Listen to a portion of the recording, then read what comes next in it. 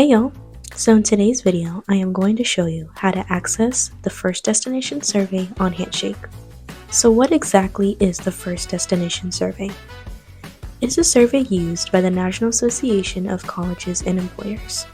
This survey captures information on how college graduates fare in their careers within 6 months of graduation. This data is extremely helpful for career centers or other college graduates. Some of the outcomes measured are types of employment. This determines whether you are full or part-time, if you are getting any additional education, if you are still seeking further employment, and what is the starting salary for those who are employed full-time. Now let's see how to get to the survey. First, you want to head over to our website, which is careerconnections.twu.edu. Then click the button on the upper right-hand side that says TWU Handshake.